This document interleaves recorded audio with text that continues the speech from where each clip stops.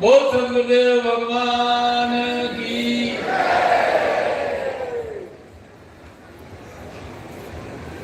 अर्धनारीश्वर सर्व कामाय संन्यास महोत्सव, कार्तिक पूर्णिमा, देव दिवाली, प्रकाश उत्सव, और जिसे हम सभी निखिल शिष्य संन्यास महोत्सव का नाम देते हैं, बड़ा ही विशेष पर्व है। गुरु और शिष्य के मिलन का सबसे बड़ा पर्व, भावों से भरे हुए शिष्य और उसी अनुरूप भावों से भरे हुए गुरु और शिष्य एक दूसरे को निहारते हैं। अभी निखिल आह्वान के समय जिस प्रकार आप ध्यानस्थ थे और ध्यान ही ध्यान में आप उस सिद्धाश्रम की दिव्य भूमि पर पहुंचे थे, जहां हमारे गुरुदेव निखिलेश्वरानंद जी विराजमान हैं। वे आज हमें सिद्धाश्रम से देख रहे हैं। अब उनका स्वरूप चेतना स्वरूप हो गया है और वह स्वरूप लाखों लाखों शिष्यों में पूर्णतः समाहित हो गया है। इसलिए आज मैं आप साधकों को, शिष्यों को प्रणाम करता हूं। गुरु रूप से मैं उच्च आसन पर अवश्य बैठा हूं, लेकिन मैं आप सभी शिष्यों को समभाव से देख रहा हूं कि मेरे शिष्यों में, निखिल शिष्यों में शिव भाव है, शक्ति भाव है आपके भीतर स्थापित। उस शिव भाव को और शक्ति भाव को मैं प्रणाम करता हूं, नमन करता हूं।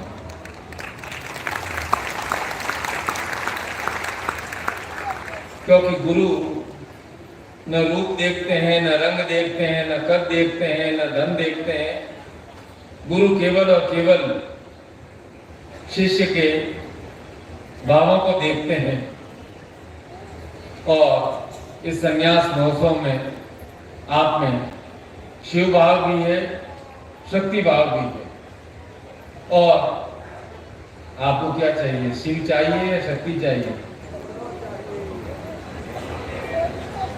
दोनों। तो भैया शंकराचार्य ने निर्वाण अष्टकम में शिव की व्याख्या की है, जो आपकी व्याख्या से बिल्कुल परे है। उन्होंने भगवान शिव को भाव को व्यक्त करते हुए कहा है, मनोबुद्धि अहंकार चित्तानि नाहम, न च स्रोत जिह्वा न च प्राण घ्राण नेत्रे, न च व्योम भूमि न तेज वायु, चिदानंद रूपम शिवोहम शिवोहम शिवोहम। शिव बता रहे हैं कि मैं कौन हूं, कि मैं शुद्ध चेतना हूं। मैं न मन हूं, न बुद्धि हूं, न अहंकार हूं, न चित्त हूं, न मैं कान हूं, न जीव हूं, नासिका हूं, न नेत्र हूं, मैं न आकाश हूं, न धरती हूं, न अग्नि हूं, न वायु हूं। मैं शुद्ध चेतना हूं। अर्थात मैं सबको चैतन्य करता हूं। हमारे हाथ में, हाथ की उपयोगिता तभी है जब वो चैतन्य हो। जब मैं चेतना मंत्र बोलता हूं, ओम ह्रीम मम प्राण देह रोम प्रतिरोम चैतन्य जागृय ह्रीम ओम नमः, कि सबके पास है प्राण, सबके पास देह है, सबके पास हाथ पैर है, लेकिन उसमें जो चेतना है वह शिव स्वरूप। वह चेतना समाप्त हो जाए तो हमारा ये शरीर की इंद्रियां कोई काम की नहीं। इसलिए वे शिव समझा रहे कि मैं समस्त प्राणियों में चेतना स्वरूप हूं। जिसकी जितनी चेतना जागृत है उतना ही वह शिव भाव से युक्त है। लेकिन आगे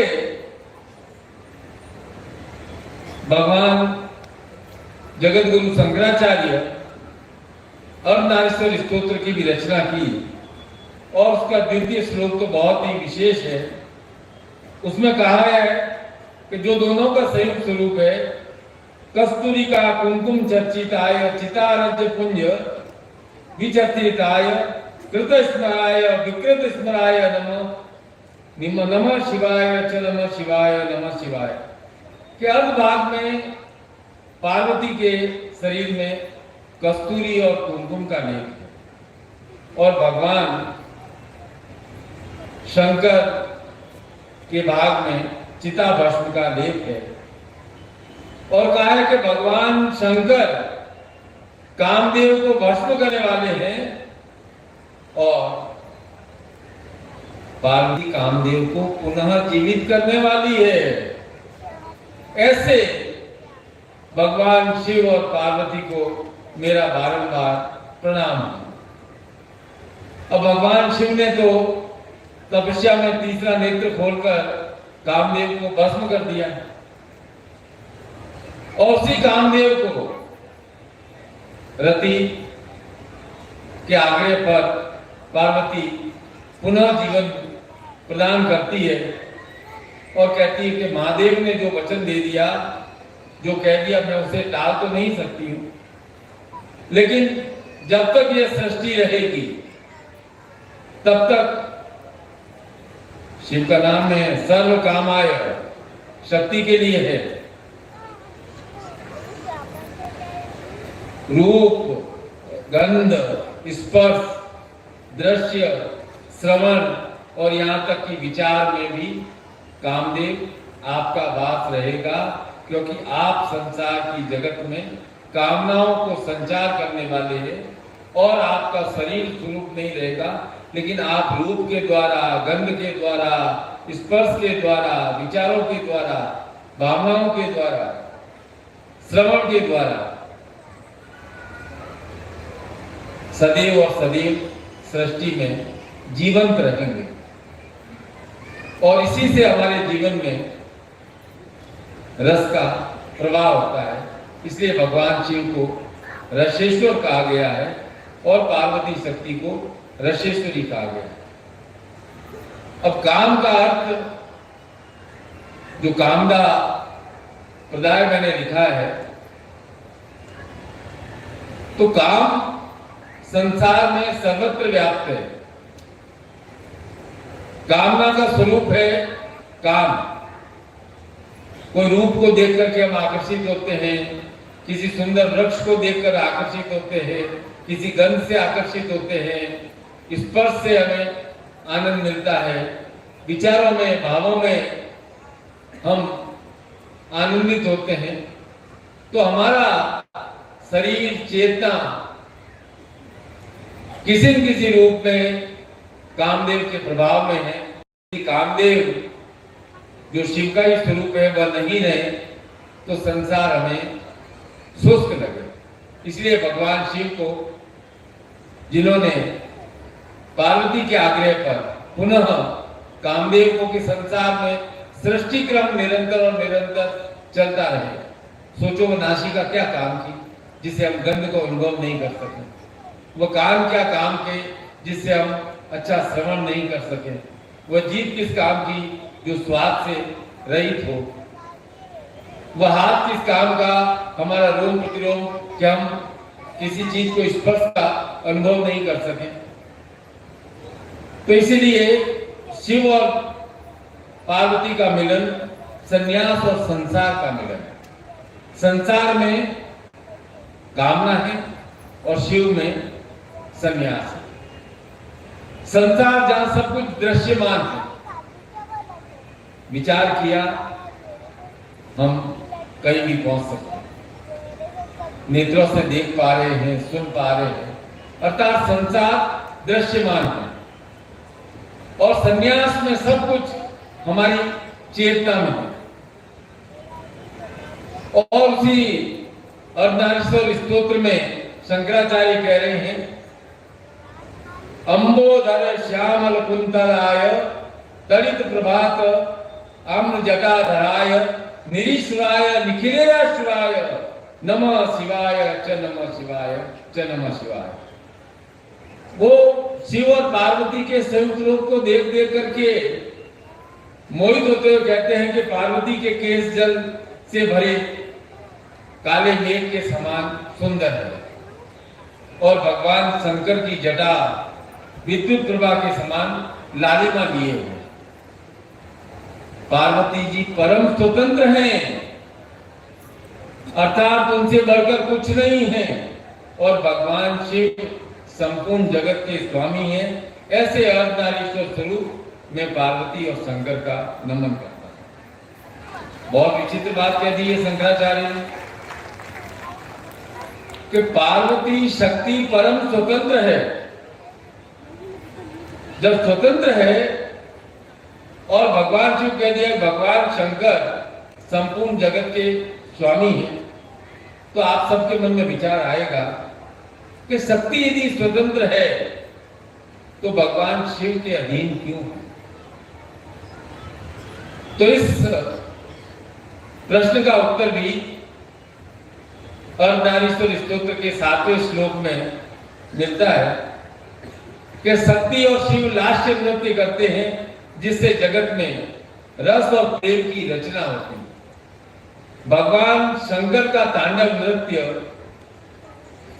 सृष्टि प्रपंच का संहारक है और इसलिए पार्वती के साथ होने पर लास्य नृत्य भगवान शंकर ने किया नटराज बनकर। पार्वती प्रेम रस और आनंद के लिए शिव के साथ संयुक्त है। तो हमारे भगवान शिव तो आदिदेव हैं, उनकी नृत्य शैली को तांडव कहा जाता है। कोई क्रोध में भर जाता है तो कहते हैं कि ये तो अब तांडव पे आ गया है, क्योंकि उससे तीव्र भावों की अभिव्यक्ति होती है।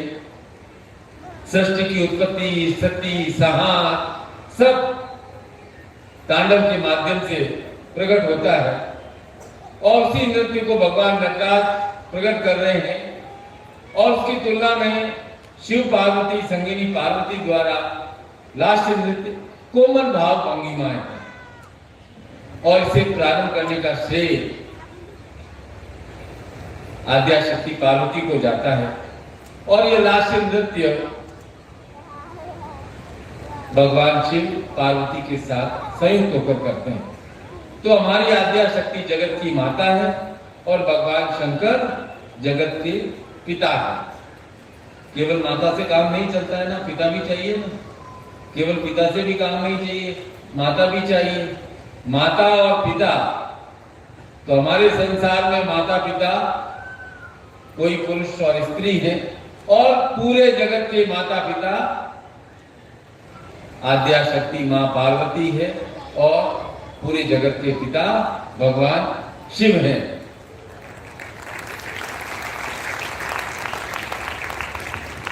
और उसी भाव की व्याख्या करते हुए मार्कंडेय ऋषि ने चंद्रशेखर स्तोत्र में लिखा है 8वें श्लोक में, क्रीडे विश्व सृष्टि विदायनम पुनरेव पालम तत्परम संगरत्मति प्रपंच शेष लोक निवासिनम क्रीडयंत महर्निचम गणनाथ यूथ समन्वितम चंद्रशेखर माश्रे मम किम करिष्यति वेयम।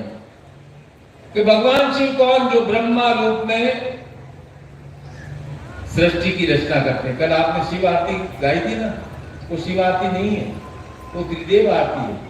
श्वेतांबर पीतांबर भागांबर राजे। श्वेतांबर कौन पहनता है? ब्रह्मा। पीतांबर कौन पहनते हैं? विष्णु। भागांबर कौन ओढ़ते हैं? शिव। तो वो केवल महादेव की स्तुति नहीं, वह ब्रह्मा विष्णु महेश की संयुक्त रूप में स्तुति है। तो कहते हैं कि मार्कंडेय ऋषि कहते हैं कि जो ब्रह्मा रूप में सृष्टि की रचना करते हैं, विष्णु रूप में पालन करते हैं और अंत में सारे प्रपंच का संहार करते हैं और संपूर्ण लोकों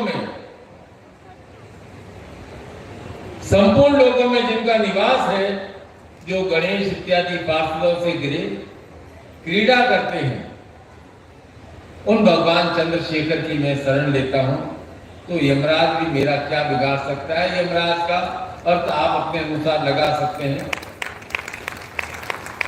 तो हमारी सृष्टि निरंतर शिव के कारण परिवर्तनशील है। ऐसा परिवर्तन नहीं है कि हम मनुष्य से पशु बन जाएंगे। स्पष्ट सृष्टि क्रम है और इस सृष्टि क्रम को 84 लाख योनियां आपको डराने के लिए कि आप डर जाओ और सीधे रहो इस संसार में। बाकी 84 लाख योनियां होती नहीं है, भुगतते हैं। कभी बैल के समान पूरी दुनिया का घर परिवार का बोझा ढोते हैं, कभी बिल्ली बन जाते हैं, कभी चूहा बन जाते हैं, कभी सांप बनकर किसी को फुंकारते हैं, कभी क्या स्थिति हो जाती है। तो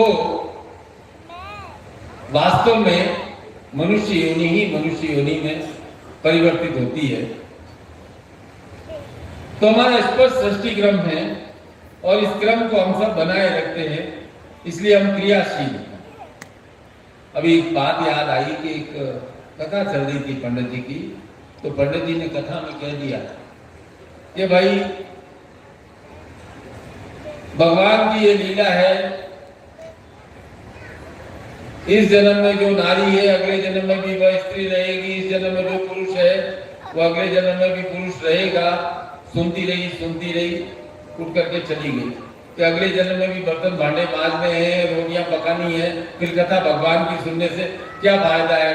कुछ तो पुरुष का जन्म मिले और पुरुष चाहते अगले जन्म में स्त्री जन्म मिले ताकि हम आराम करें।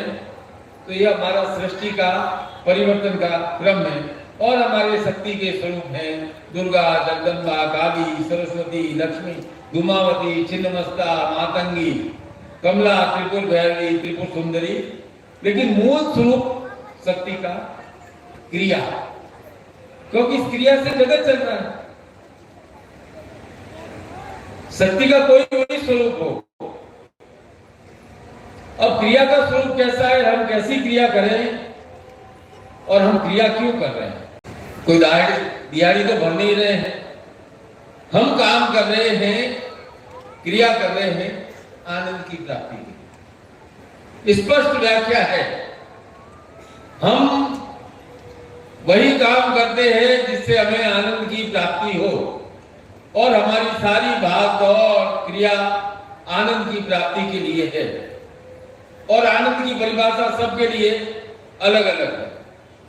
अब आप जितने लोग बैठे हो सबके लिए आनंद की परिभाषा अलग अलग है। किसी को कोई व्याधि है, दूसरे का मैं व्याधि मुक्त हो जाऊं तो मैं आनंद से युक्त हो जाऊंगा। और ज्यादातर लोगों ने आनंद को सोच लिया कि धन आ जाए तो आनंद है, दौलत आ जाए तो आनंद है, संतान हो जाए तो आनंद है, पद मिल जाए तो आनंद है, बहुत मान मिल जाए, सम्मान मिल जाए तो आनंद है, प्लॉट खरीद लूं तो आनंद है, भवन बना लूं तो आनंद है, वस्त्र मेरे पास हो तो आनंद है, रोज अच्छा खान पान मिले तो आनंद है। सब ने आनंद की अलग अलग व्याख्या बना रखी, पर क्या करें, चाहत है वो पूरी नहीं होती। चाहत पूरी होने का अर्थ है पूर्ण आनंद प्राप्त होना। इसीलिए हमारे शास्त्रों में 4 वर्ग बताए गए हैं जीवन के, धर्म, अर्थ, काम और मोक्ष। ज्यादातर लोग अटक जाते हैं सिर्फ अर्थ में, सोचते हैं अर्थ आएगा तो आनंद आएगा। पर आनंद आता है कि हम धर्म के साथ जीवन जिए, जीवन में अर्थ की प्राप्ति हो, हमारे जीवन में काम अर्थात क्रिया रसेश्वरी हो और मोक्ष अर्थात मुक्ति का भाव हो, स्वतंत्रता का भाव हो, हमारे बंधन समाप्त हो। और जगत के पिता हैं शिव, वे हैं आनंद के प्रदाता। और शिव और शक्ति का स्वरूप है, वह है आनंद का स्वरूप। अब आनंद कैसे कि सब कुछ बदलता रहे, जैसा चल रहा है वैसा चलने से प्रकृति को बहुत परेशानी होती है, इसीलिए प्रकृति में बार बार ऋतुएं बदलती है, सब कुछ बदलता रहता है।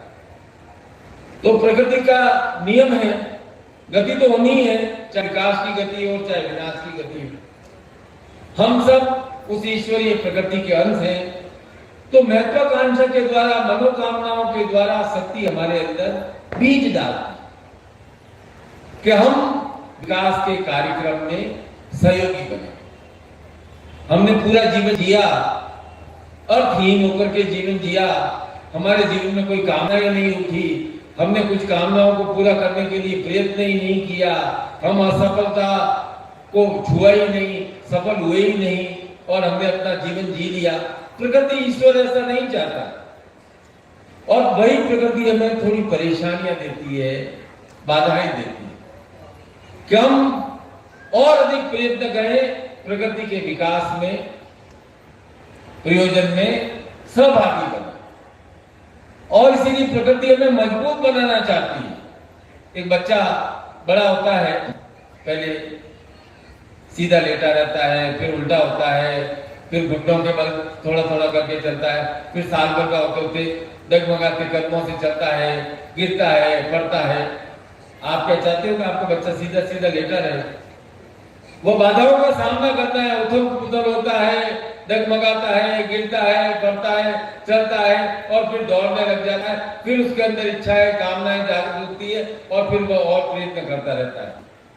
तो मैंने कहा, असफलता के डर से अपनी महत्वाकांक्षा को, अपनी कामना को आधे रास्ते पर मत छोड़ देना।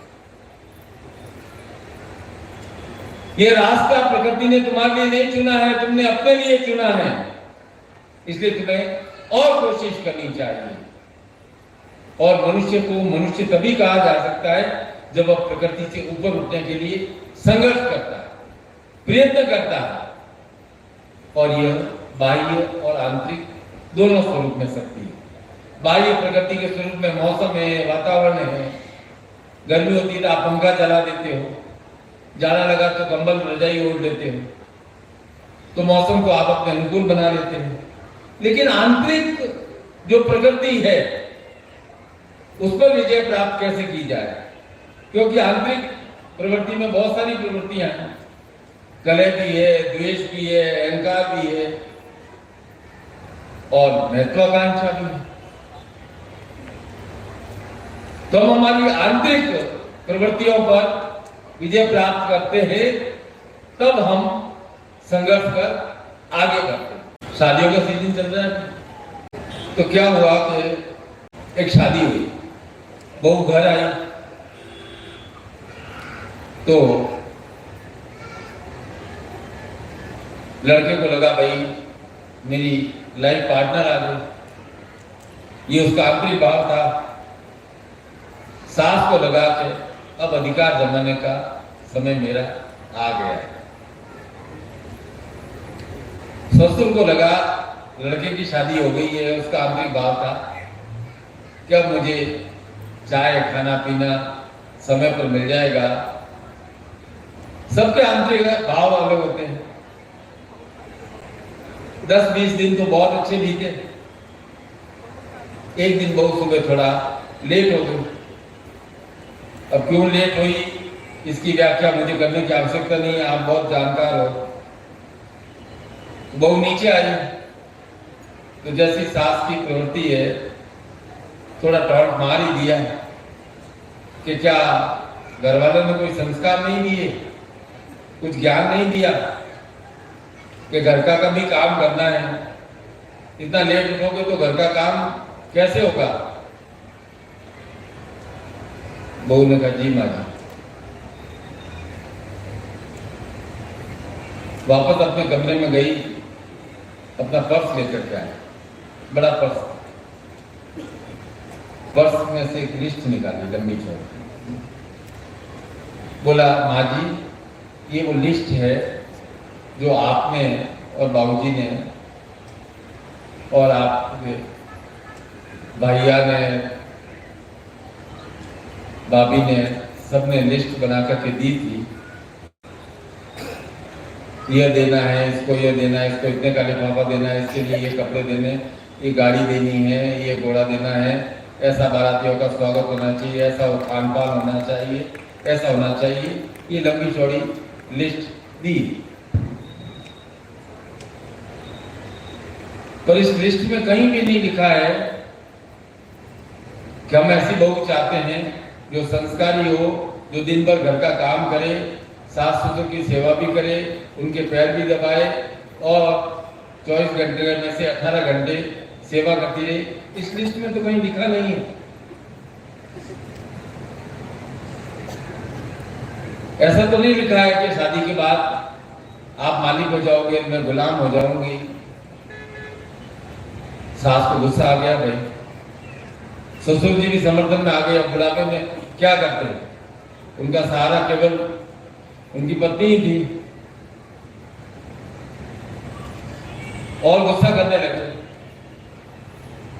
बहू ने पर्स खोला वापस, बोला हाँ माँ जी, एक बात तो मैं आपको बताना भूल ही गई। पर्स खोला, उसमें से क्रिस्टल निकाली और टेबल पर रख दी और मेरे पापा ने ये अपनी ओर से उपहार दिया है कि बेटी तेरे आत्मसम्मान पर कभी कोई प्रहार करे तो ये मैं तुझे उपहार दे रहा हूं, इसको चलाने में कभी चूकना मत। अब क्या है कि सास बेचारी काम में लगी, बोला नहीं बहू तू आराम कर, मैं कर लूंगी, इतने साल से काम करती आ रही हूँ ना, मुझे तो काम करने की आदत। खैर कथा है, मजाक में कहा गया, आप अक्सर मत ले लेना। बहुओं से भी मेरा निवेदन है, सब बहुओं से, कि आप भाई उग्र मत हुआ करो। और सास से भी मेरा निवेदन है कि आप वो सीरियल सास भी कभी बहू थी कि अब अधिकार जमाने का मौका आया है, आप भी गृह लक्ष्मी आई है, आपके गृहस्थी को, संसार को, आपके वंश को आगे बढ़ाने वाले आई है। घर में सब लोग प्रेम और सम्मान से रहें। आप सोचो कि स्त्री कितनी शक्तिशाली होती है, जिसे इतना एडजस्ट करना आता है। आपको अपने घर में मालूम है, आप जिस पलंग पे सोते हो, पानी किधर रखा है, बाथरूम कहाँ है, क्या व्यवस्था है, क्या है। वो लड़की बेचारी सारा कुछ छोड़ करके आती है, उसको मालूम ही नहीं है कि घर में कौन सा कमरा कहाँ है, वॉशरूम कहाँ है, वॉश बेसिन कहाँ है, चाय सब कितने बजे पीते हैं, कैसी चाय पीते हैं। उसकी इच्छा होती है कि सुबह 6 बजे चाय पीने की नहीं पीने की, वो एडजस्ट कर लेते हैं और एक दिन में ही उसके नए मामा ससुर को मामा जी कहना, ससुर जी को पिताजी कहना, सास को मम्मी कहना, सब। यदि कोई बहू कहे सास को, कहिए सास जी, तो आपको कैसा बुरा लगेगा? बोला कुछ सिखाया नहीं क्या? अब बहू भी सोचती है कि यार 25 साल से एक मम्मी थी, अब एक मम्मी और आ गई। एक मामा थे, ये मामा जी और। कितने लोगों को मामा, चाचा, ताऊ एक ही दिन में बेचारी को बना देना पड़ता है। तो स्त्री शक्ति का स्वरूप है, जो कोमल भी होती है और कठोर भी होती है। दुर्गा सप्तशती सबने सुनी है ना, अभी नवरात्रि गई थी। युद्ध किसका किसका हुआ था? देवताओं और राक्षसों का हुआ था क्या? है? देवताओं और राक्षसों का युद्ध हुआ ही नहीं।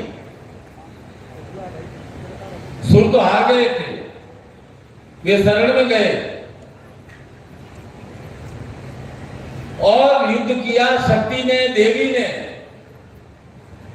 शक्ति युद्ध कर सकती है, शक्ति संघर्ष कर सकती है, शक्ति पराक्रम दिखा सकती है, शक्ति ही क्रियाशील होती है। और शक्ति का ही दूसरा नाम है कर्म और क्रिया, और वह शक्ति ही आपके भीतर है, वह स्त्री तत्व ही आपके भीतर है। जब आप हार मान जाते हो तब वह शक्ति पुनः जागृत होती है। ध्यान है ना कि ब्रह्मा, विष्णु और महादेव के मुख से तेज पुंज निकला और वह नारी स्वरूप था। अतुलम तत्र प्रदेश सर्वदेव शरीरम एकस्थ तद्भुन्नारी व्याप्तम लोकत्रय दिशा। कि संपूर्ण देवताओं के शरीर से प्रकट उस तेज की कहीं तुलना नहीं थी। एकत्र होने पर वह नारी रूप में परिणित हो गया और उसका प्रकाश तीनों लोक में जान पड़ा। शिव जी ने अपना त्रिशूल दिया, विष्णु ने अपना चक्र दिया, वरुण ने शंख, अग्नि ने शक्ति, वायु ने धनुष और बाण, इंद्र ने वज्र, ऐरावत हाथी, प्रजापति ने स्फटिक माला, सूर्य ने किरणों का तेज, समुद्र ने वस्त्र आदि देवताओं को प्रदान किया। तो हमारे पंचदेव हैं विष्णु, शिव, दुर्गा, सूर्य और गणेश। और शिव के साथ शक्ति दुर्गा सहित हुई और वह स्वरूप अर्धनारीश्वर स्वरूप कहलाया, जिसमें शांति और क्रांति दोनों ही हैं। इसलिए हमारा यह शिविर बहुत महत्वपूर्ण शिविर है। अर्धनारीश्वर शिविर सृष्टि की माता शक्ति है, यह बताता है। इसलिए दुर्गा कहती है, हुंकार के साथ कहती है, एको वाहम जगत्रे द्वितीया काम ममा परा, एक मैं ही हूं इस जगत में, दूसरा कोई नहीं है, क्योंकि शक्ति के द्वारा ही यह संसार निरंतर और निरंतर चल रहा है। शक्ति ही संतान उत्पन्न कर सकती है। शक्ति वह जिसमें जन्म शक्ति हो, रचना कर सकती है, वह सिद्धि केवल और केवल नारी में है। आप भी एक नवीन रचना कर सकते हैं। और हमारे ऋषियों ने लिखा है, यत्र नारीस्ता पूजन्ते रमन्ते तत्र देवता। जहां नारी की पूजा होती है वहां देवता विराजमान होते हैं, रमन करते हैं। आप देवी की पूजा करते हो भाई, पति की पूजा मत करो, पर सम्मान तो दो। डर लगता है आपको ना, क्योंकि वो पुरुष प्रधान समाज आपने चलाया है कि कहीं मुझे जोरू का गुलाम नहीं कह दे, जोरू का गुलाम नहीं कह दे। मेरा कहना है आरती नहीं उतारो, लेकिन सम्मान करो, सहभागिनी बनाओ। जीवन संगिनी है, आपकी अर्धांगिनी है। शक्ति के बिना आपका जीवन चल नहीं सकता है। शक्ति के बिना जीवन में आनंद की प्राप्ति नहीं हो सकती है। शक्ति के बिना आपकी महत्वाकांक्षा पूर्ति नहीं हो सकती है। एक बहुत सुंदर कविता है, सुबह मनोज ने भी अभी कहा कि शंकर जी के नृत्य के संबंध में बताया, भगवान शिव के आनंद नृत्य की, कि देख शिव का अद्भुत नृत्य अभ्यास, आई देवी भगवती महादेव के पास। क्यों न समस्त संसार देखे यह लाश, प्राणियों में भी संचारित हो उल्लास। स्वयं मां काली का अनुरोध, संगीतमय वातावरण का सुवास, महाकाल कैसे भला करते अस्वीकार। दिया वचन मृत्यु लोक देखेगा रास, धर लिया रूप काली ने कृष्ण का, बन राधा महादेव भी आए पास। आहा देवगण सब गोप गोपिकाएं, और ये मन भावन वृंदावन धाम। हुआ वांग्मय अलौकिक धरती पर, हे सुधा पान चक्षुओं से यह महारास। पीता पयु सुभग संसार, देखा शिव शक्ति का अद्भुत लास। तो संसार में ये जो नृत्यमय वातावरण है, आनंदमय वातावरण है, यह शिव और शक्ति का लास्य नृत्य ही है, जिस आनंद को हम प्राप्त करना चाहते हैं। और शिव और शक्ति के बारे में हजारों कथाएं हैं। और 7वें श्लोक में शिव तांडव में तो रावण स्वयं वर्णन करते हुए कह रहा है कि शिव और पार्वती रमन कर रहे हैं और वह मगन भाव से उनकी स्तुति कर रहा है। मैं मुख्य बात पर आता हूं, जिस बात को मैं कहना चाहता हूं कि हम प्रकृति पर तो विजय प्राप्त कर लेते हैं। गर्मी हुई पंखा चला दिया, सर्दी हुई कंबल, लेकिन ये आंतरिक भाव है, इन पर विजय कैसे प्राप्त करें? हमारे शक्ति के उत्थान में यही सबसे बड़ी बाधक है कि हम अपने आंतरिक भावों पर विजय प्राप्त नहीं कर पा रहे।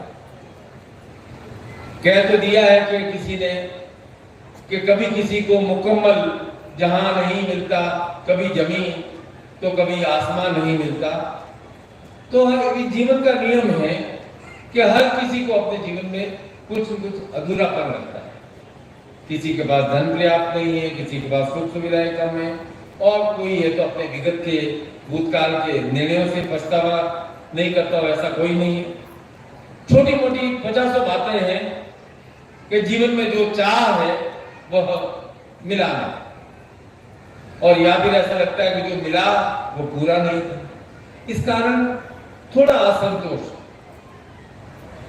पर हर व्यक्ति की इच्छा होती है कि वह जीवन को बड़ा बनाए, और जीवन को बड़ा बनाने ही जीवन की उपयोगिता है। शिष्य गुरु को धारण इसीलिए करता है कि वह अपने जीवन को बड़ा बनाए, और कोई उसका उद्देश्य नहीं होता है। वह चाहता है कि गुरु रूप में मुझे शक्ति प्राप्त हो, जिससे मैं अपने जीवन को बड़ा बना सकूं। अब ये भावना है तो हमारे जीवन में असंतोष क्यों,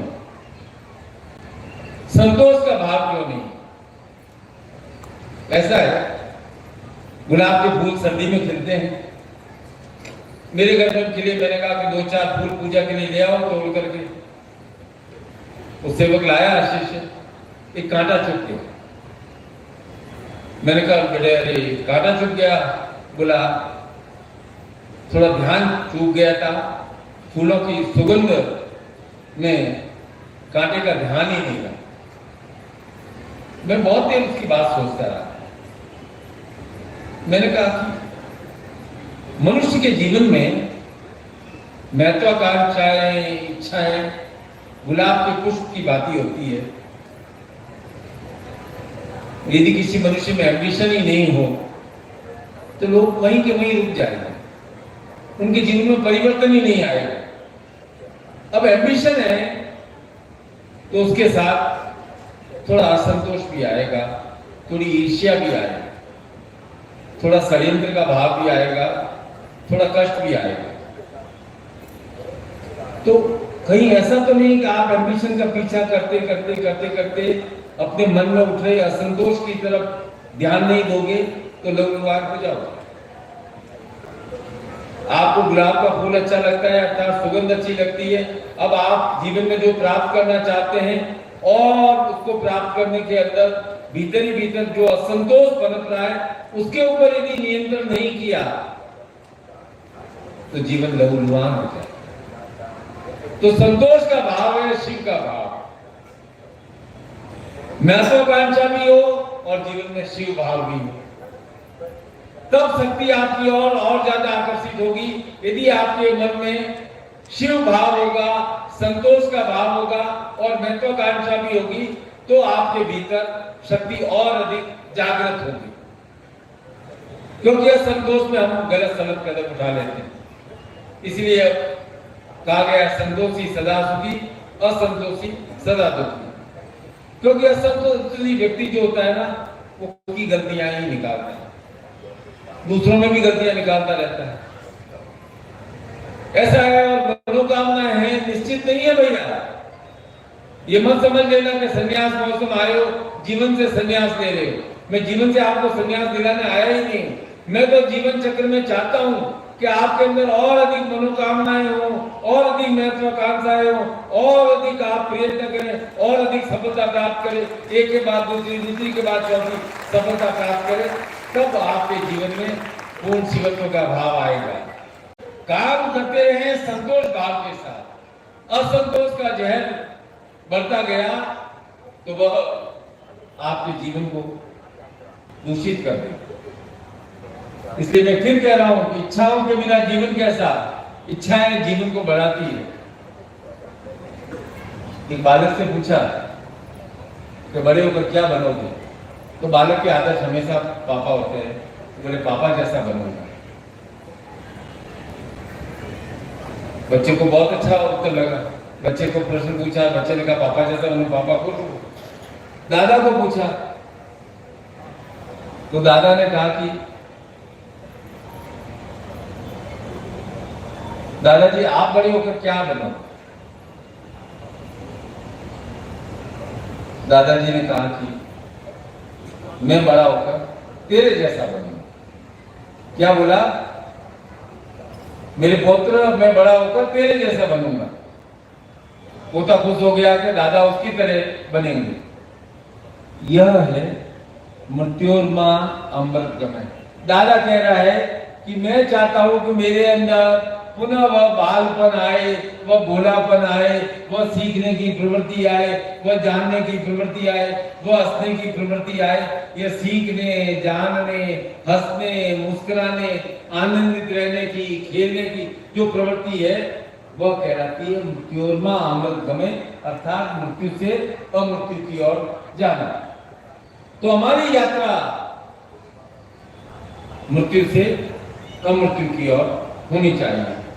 अब इसके लिए केवल क्रिया से काम नहीं चलेगा, ज्ञान का भाव भी होना चाहिए। और क्या कह रहे हैं शिव स्तुति में? शिव क्या कह रहे हैं? अहम निर्विकल्पम निराकार रूपम विमुक्ताचम सर्वत्र सर्वे इंद्रियाणाम न चा संगत देव मुक्तिर्मेव चिदानंद रूपम शिवोहम शिवोहम। कि मैं निर्विकल्प हूं, निर्विकार हूं, मैं चैतन्य रूप में सब जगह व्याप्त हूं, सभी इंद्रियों में हूं, न मुझे किसी में आसक्ति है और न मैं किसी से मुक्त हूं। यह है संतोष का भाव, मैं शुद्ध चेतना हूं। तो भाई इंद्रियों में रहना भी है और इंद्रियों से परे भी रहना है। यह है शिवत्व की परिभाषा, शिष्यत्व की परिभाषा। अब आपकी जो भी मनोकामनाएं हैं पूरी अवश्य होती है, बस ये अपने जीवन को जलकुंभी वाला तालाब मत बनने दो। जलकुंभी वाला तालाब देखा है आपने? देखा है? क्या होता है? आप इच्छाओं के बीच डालते रहते हो, डालते रहते हो, डालते रहते हो और वो जलकुंभी पूरे तालाब को घेर लेती है। ऊपर से तो बहुत हरा भरा दिखाई देता है लेकिन जल दिखाई नहीं देता। न तो उस जल में स्नान कर सकते हो क्योंकि पूरा जलकुंभी से ही ढका हुआ है। तो व्यर्थ की कामनाओं से आप अपने मन को असंतोष से भर दो। तो हमारा अर्धनारीश्वर कामना प्रदाय संन्यास महोत्सव है। कामनाओं की चर्चा तो मैंने बहुत कर दी, पर कामनाएं पूर्ण तभी होंगी जब आपके मन में शिव भाव आएगा। शिव के साथ शक्ति का सायुज्य ही तो गुरु शक्तिपात के माध्यम से करते कि मेरे शिष्य में शिव भाव भी हो, संतोष का भाव भी हो, शांति का भाव भी हो और क्रांति का भाव भी हो। इसलिए गुरु ज्ञान शक्ति शिष्य में प्रवाहित करते हैं। इसलिए बार बार गुरु किसी न किसी रूप में, कभी त्रिपुर सुंदरी रूप में, कभी कमला के रूप में, कभी कृत्या के रूप में, कभी और रूप में, कभी दुमाओं के रूप में, कभी और रूप में ज्ञान शक्ति का, चेतना शक्ति का आपके भीतर समाहितीकरण कर रहे हैं, जिसे आप समझ सको। ओम ह्रीं मम प्राण देह रोम प्रतिरोम चैतन्य जागरे ह्रीं ओम नमः। तो ये सब जगत में शक्ति का विस्तार है और जो जो अपने शक्ति का विस्तार चाहते हैं उन्हें अपना तीसरा नेत्र जागृत करना ही होगा। तीसरा नेत्र जागृत किए बिना आपकी इच्छाएं, कामनाएं कहां ले जाएंगी? तो भाई हमें होना है शिव भाव से युक्त, और शिव भाव से युक्त होने के लिए शिव का आह्वान करना है। कैसे आह्वान करेंगे? हे त्रिपुरारी मायाधारी गाओ, यह संन्यास महोत्सव का हमारा सबसे प्रिय भजन है।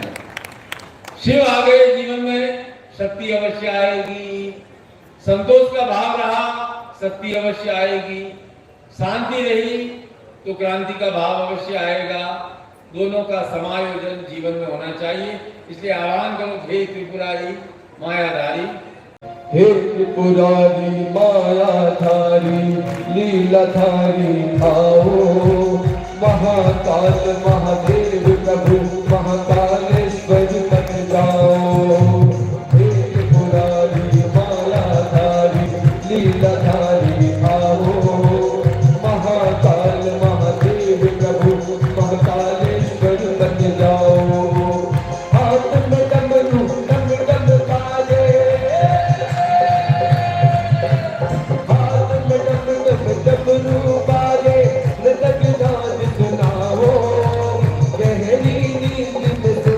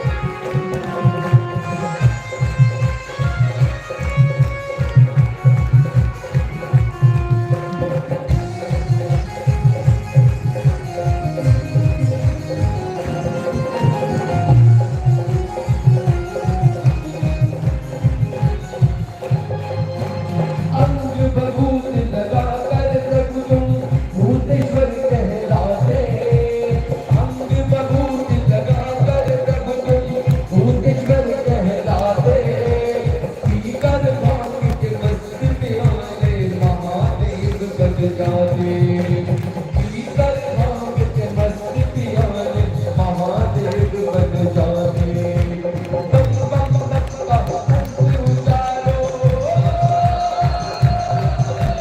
बम बम बप्पा उतारो महाकाल बन आओ नारायण रब इस दुनिया में ज्ञान की ज्योत जलाओ हे पुरानी मायाधारी लीलाधारी आओ महाकाल महादेव प्रभु महाकालेश्वर तालियों से करें हे पुरानी मायाधारी लीलाधारी आओ महाकाल महादेव प्रभु महाकालेश्वर बन जाओ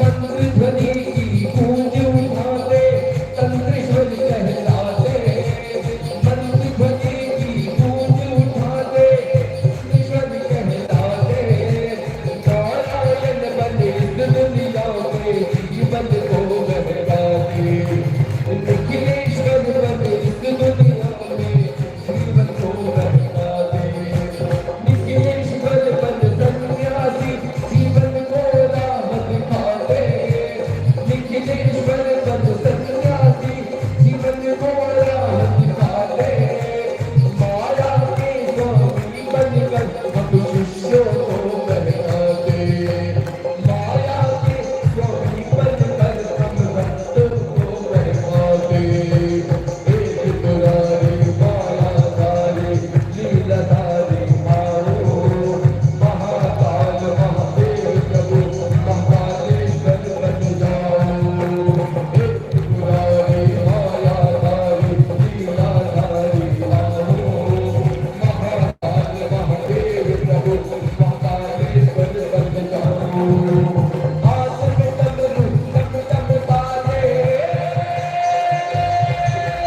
हाथ में डमरू डम डम बाजे संग नाच सुनाओ गहरी नींद में सोए भक्तों को प्रभु आज जगाओ एक पुरानी मायाधारी लीलाधारी आओ महाकाल महादेव प्रभु महाकालेश्वर बन जाओ एक पुरानी मायाधारी लीलाधारी आओ महाकाल महादेव प्रभु महाकालेश्वर बन जाओ महाकालेश्वर बन जाओ महाकालेश्वर बन जाओ महाकालेश्वर बन जाओ महाकालेश्वर बन जाओ